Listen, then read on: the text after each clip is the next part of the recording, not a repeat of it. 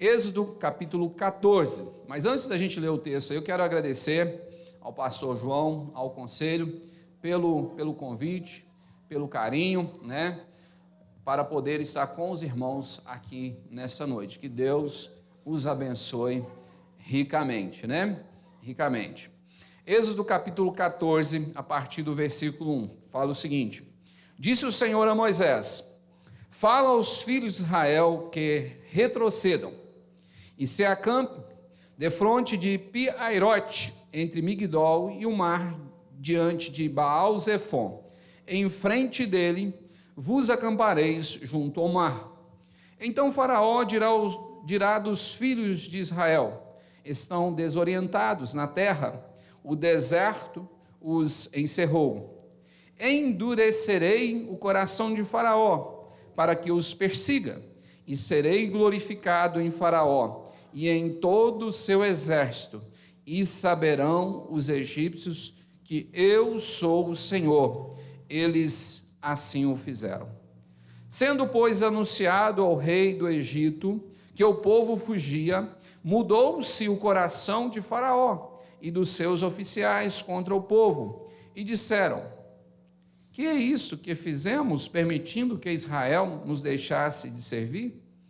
E aprontou o Faraó o seu carro, e tomou consigo o seu povo, e tomou também 600 carros escolhidos, e todos os carros do Egito, com capitães sobre todos eles.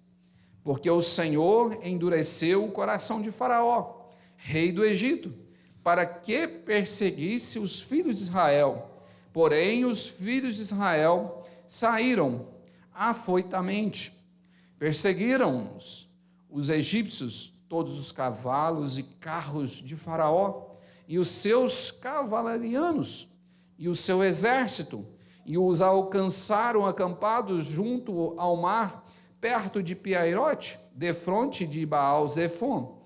E chegando Faraó, os filhos de Israel levantaram os olhos, e eis que os egípcios vinham atrás deles, e temeram muito.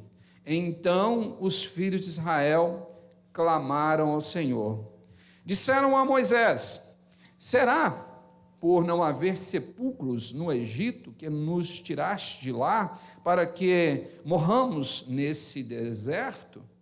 Porque nos trataste assim, fazendo-nos sair do Egito?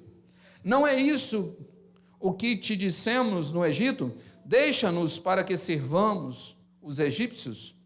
Pois melhor nos fora servir aos egípcios do que morrermos no deserto. Moisés, porém, respondeu ao povo: Não temais, aquietai-vos e vede o livramento do Senhor que hoje vos fará, porque os egípcios que hoje vedes, nunca mais os tornareis a ver. O Senhor pelejará por vós, e vós vos calareis. 15, para a gente finalizar aí.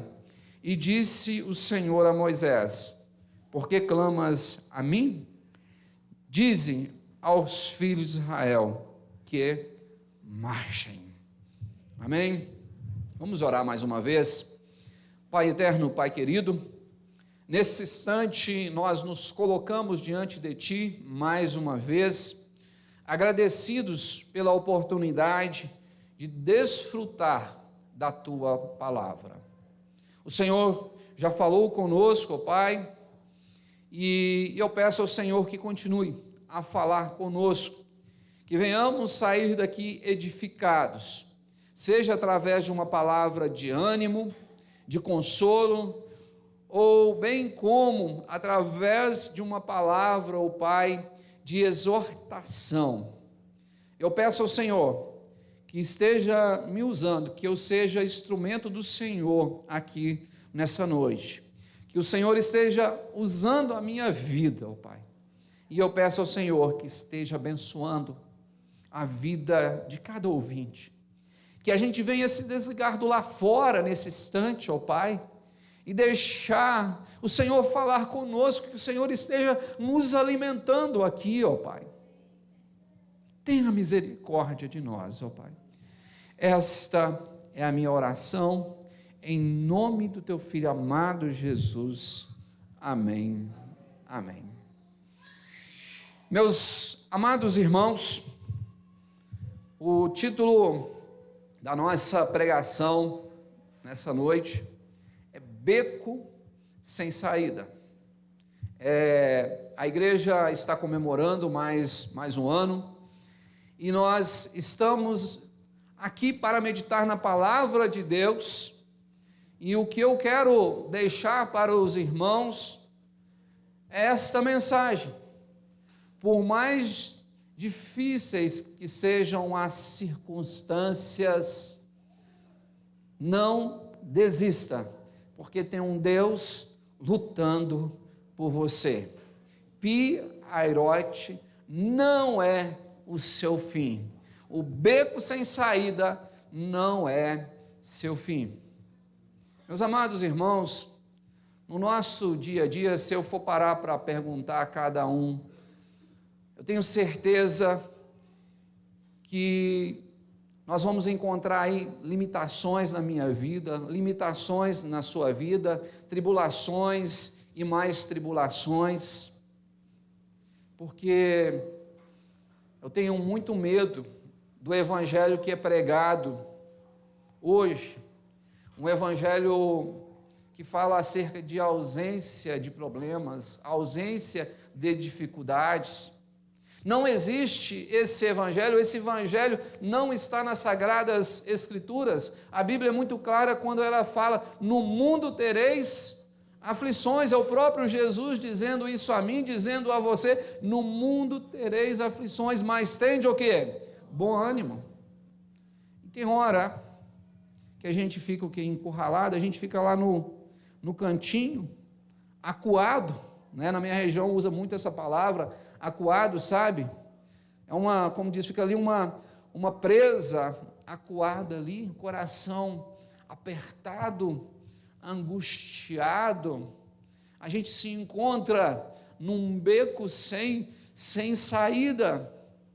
E às vezes dizemos a seguinte frase: o meu caso não tem mais jeito, a minha vida não tem mais solução. E foi mais ou menos o que aconteceu aqui com Israel, que é a igreja do Senhor no Antigo Testamento, a igreja do Senhor. Mas a gente observa nesse texto aqui a presença de Deus na vida da igreja. Vamos analisar rapidamente aqui o contexto histórico, porque eu tenho certeza que a maioria aqui conhece essa história. Nós temos, o pastor João já tocou no assunto, a libertação do povo de Israel do Egito. Nós temos um povo que sai do jugo da opressão e vai para a terra que mana leite e mel. Só que para chegar até essa terra tem que passar pelo deserto.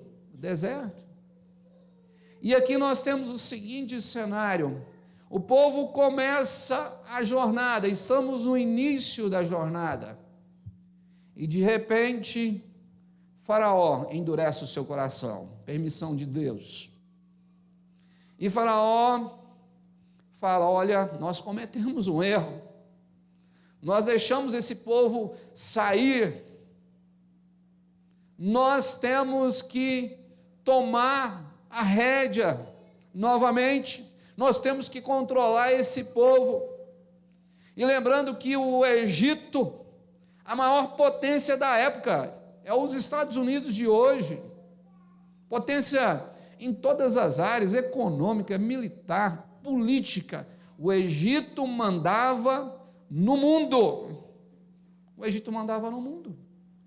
Então, nós temos agora o exército de Faraó em busca do povo de Israel. Cometemos um erro e nós vamos consertar esse erro. Nós temos então Faraó indo de encontro ao povo, perseguindo o povo de Deus. E o povo de Deus agora está em Pi-Hahirote. Só que na frente do povo na frente do povo, o que nós temos? O mar. Se voltar, o exército. Se voltar e se for para frente, o mar. Por isso que eu dei o nome a essa mensagem, beco, o quê? Sem saída. Porque você poderia escolher o tipo de morte se você estivesse lá. É ou não é verdade? Ou morrer afogado, ou morrer pela espada. Espada ou água. Do ponto de vista humano, não teria o quê? Solução. Não teria solução. Mas aí a gente vê a mão de Deus entrando em ação. Entrando em ação. Gente, quando a gente se deparar com Piairote, que é esse local aqui geográfico, não é meu fim, não é o seu fim, porque Deus está dizendo, marchem. Então, primeira coisa que eu gostaria de destacar aqui, que todos nós, no momento ou em outros momentos, nós vamos nos encontrar no beco sem saída. O beco sem saída, ele é inevitável, gente. Para a gente chegar até a terra prometida, nós temos que passar pelo mar. Nós temos que passar pelo mar. E o mar aqui significa o obstáculo, a luta. Hoje, pela escola dominical, eu até citei aquele versículo, né? Que para a gente adentrar ao reino de Deus, a gente tem que se esforçar. Esforçai-vos. Esforçai-vos. É o que a Bíblia fala para mim, fala para você, porque chega um momento que a gente, né, pensa assim, meu Deus, o que será da minha vida? Eu não aguento mais aquele aperto no coração. Mas aí você lembra do Salmo 121 e diz, eleva os meus olhos para os montes, de onde me virá o socorro? O meu socorro vem do Senhor que fez os céus e a terra. Isso nos fortaleça para que a gente possa avançar. Então, servir a Deus não significa ausência de problema. Ele nos concede a verdadeira paz que em meio ao sofrimento, em meio à luta, a gente permanece de cabeça erguida. É ter paz em tempos de tribulação, ter paz em tempos de sofrimento. E essa paz quem oferece é somente Deus, unicamente e exclusivamente é Deus. Deus está dizendo, olha, eu estou cuidando de você. Sem mim, não tem como atravessar o Mar Vermelho. Não tem. Mas eu vou abrir este mar. Mas tem que marchar. Tem que ter atitude. Tem que sair do comodismo. A luta é inevitável. Mas você é chamado para fazer a diferença em meio à luta. Eu gosto muito de uma mensagem do Hernandes Dias Lopes, do pastor, que ele fala o seguinte, olha, o vale ele é inevitável, todo mundo passa pelo vale, mas a gente não pode deixar o nosso coração ir para o fundo do vale. Nós temos que passar com a cabeça erguida.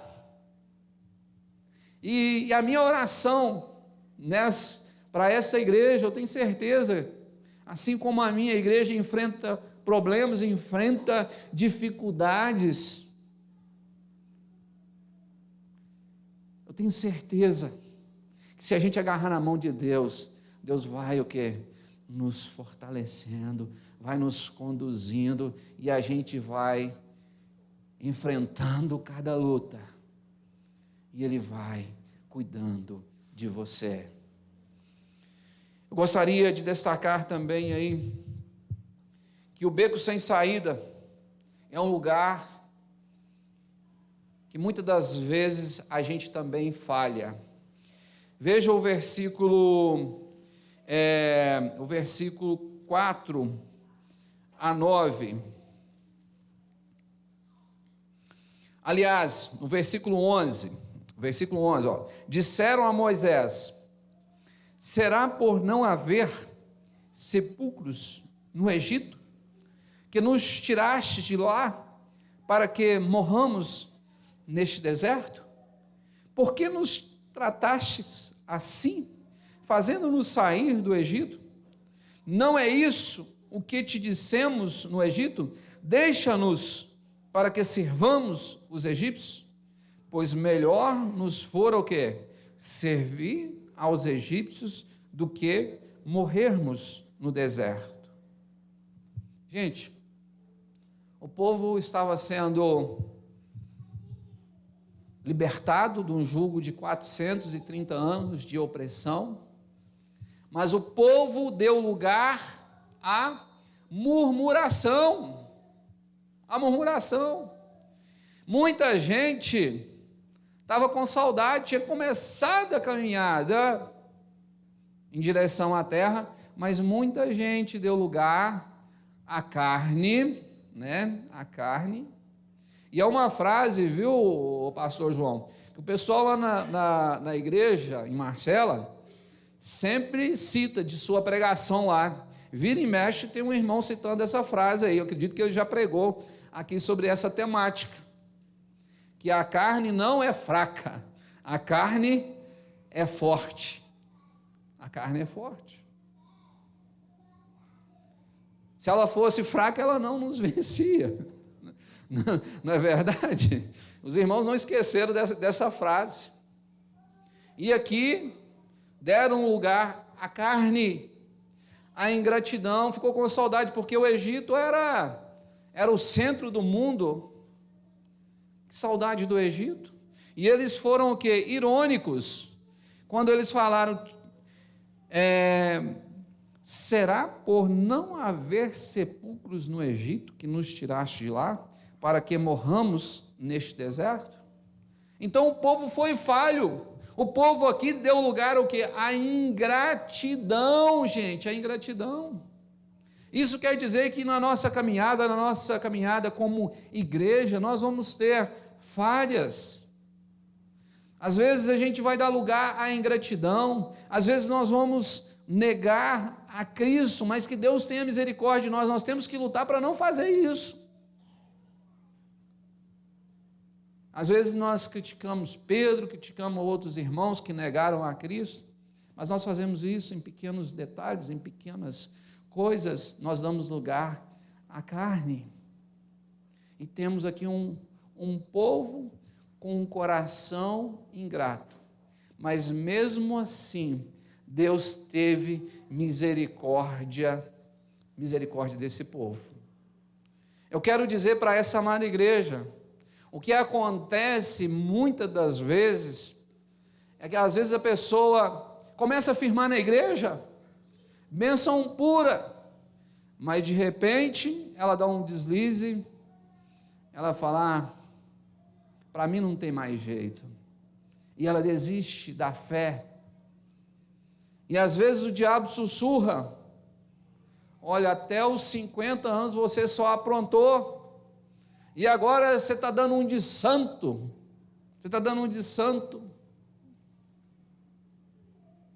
E geralmente, quando acontece alguma discussão, seja em casa, seja no trabalho, seja na rua, sabe para quem sobra?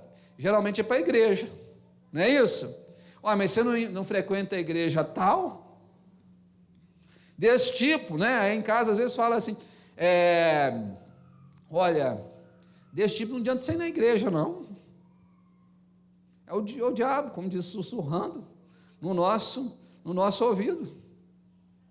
Não é verdade? Falando, não adianta, e muitas das vezes, o que acontece? A pessoa ali, ela falha, e ela fala, eu realmente eu realmente não tem como eu caminhar. Mas, gente, o cair é do homem, mas o levantar de Deus. Talvez você está pensando em desistir, a minha fé é pequena, eu tenho dado lugar em ingratidão, mas Deus está dizendo que a misericórdia dele está se renovando na sua vida. Mesmo aquele povo tendo um coração ingrato, Deus, no versículo 15, Moisés, nós temos aí Deus dizendo a Moisés: por que clamas a mim? Dize aos filhos de Israel que marchem. Mesmo o povo sendo falho, mesmo o povo tendo dado lugar à ingratidão, Deus teve misericórdia do povo. Portanto, não desista. Eu sempre falo lá na igreja que o pecado na vida do crente, ele não pode ser um hábito. O pecado na vida do crente é um acidente. É um acidente. Mas se você cair, clame por misericórdia de Deus. Se essa igreja falhar, clame pela misericórdia de Deus, porque Deus está dizendo para essa igreja: marchem, marchem. Está dizendo para mim, está dizendo para você: marchem, nós temos problemas, nós temos dificuldade, mas siga em frente, porque a minha presença estará com vocês. Tenham atitude no coração. Deus requer de nós o quê? Atitude. A gente observa isso claramente na parábola dos talentos, que aquele que recebeu um talento, ele não o quê? Multiplicou, ele ficou com medo, ele se acovardou, ele ficou acomodado, e a gente observa claramente que ele foi punido pelo seu Senhor. Ele foi punido. Por que ele foi punido? Porque ele não lutou, ele não marchou, ele não deu o seu melhor. O problema não foi a quantidade de talentos, o problema está relacionado ao que foi colocado na sua mão. Ele não teve ousadia, ele não teve atitude para multiplicar. Nós vamos falhar na caminhada cristã, mas nós temos que olhar para o autor e consumidor da nossa fé, a saber, Jesus Cristo, a saber, Jesus Cristo. No versículo 13 e no versículo 14, para a gente finalizar, nós temos que compreender que o beco sem saída é o lugar em que Deus nos ajuda. Veja o versículo 13. Moisés, porém, respondeu ao povo: não. Algumas versões aí, falam: não tenham medo. Mas a minha versão, que é a revista atualizada, fala: Moisés, porém, respondeu ao seu povo: não temais, aquietai-vos e vede o livramento do Senhor que hoje vos fará, porque os egípcios que hoje vedes, nunca mais os tornareis a ver. Sabe, às vezes nós damos lugar à aflição, ao medo, mas o que Deus está dizendo para nós nessa noite aqui? Aquietai-vos e sabei que eu sou Deus. Às vezes nós olhamos para esse mundo e a gente fala: nossa, esse mundo está fora de controle. Somente no momento que a gente enfrentou de pandemia, me lembro lá, finalzinho de 2019, início de 2020, foi em todo lugar. Muita gente fechava, no início estava fechando até as janelas, na primeira semana, uma coisa terrível, e muitas pessoas pensavam assim: o mundo está acabando, mas sempre eu me lembrava dessa narrativa aqui: aquietai-vos e sabei que eu sou Deus. O mundo pode parecer fora de controle. Tem gente que fala assim: o mundo não tem mais jeito. mas Deus está no controle de tudo. E Ele está falando para a gente aquietar a nossa alma e descansar nele. Não temais, aquietai-vos. Lembrando que sempre que essa igreja enfrentar uma luta, aquieta o coração em Deus, descansa nos braços do Pai. E no versículo 17, fala o seguinte: o Senhor pelejará por vós, e vós vos o quê? Calareis. Às vezes a gente fala assim, não tem mais jeito, não tem mais solução, e Deus vem com o milagre dele. E o que a gente tem que fazer? Colocar o rabinho no meio das pernas, ó, e dar no pé, ficar caladinho. Já viu? Às vezes tem um cachorro que vem enrusgado pro lado da gente, aí de repente você bate o pé para ele, mantém um olhar firme nele. Tem uma técnica que a gente passa a mão no chão assim, ó. Não é isso? Essa técnica aqui, ela é infalível. Você passa a mão assim no chão, o cachorro acha que você está pegando uma pedra.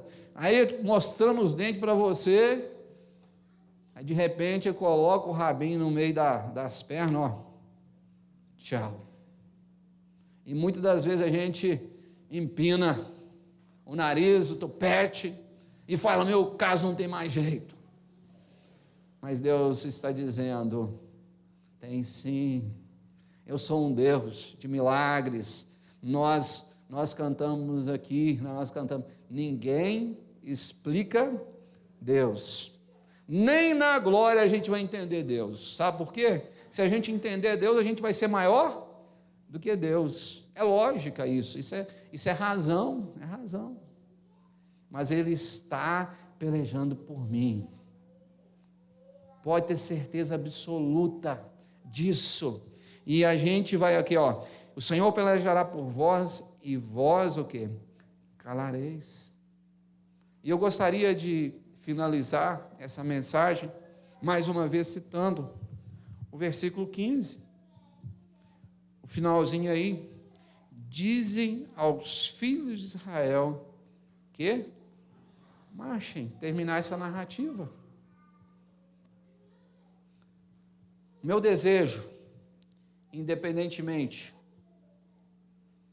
das circunstâncias, conheço alguns irmãos aqui, outros estou conhecendo nesta noite, mas os irmãos da minha época, marchando, e os novos irmãos que estão sendo agregados a essa igreja, que possam também marchar no nome do Senhor Jesus. Não olhe, nós cantamos o cântico, não olhe circunstâncias, não. Que essa igreja, ela possa estar em reforma constante.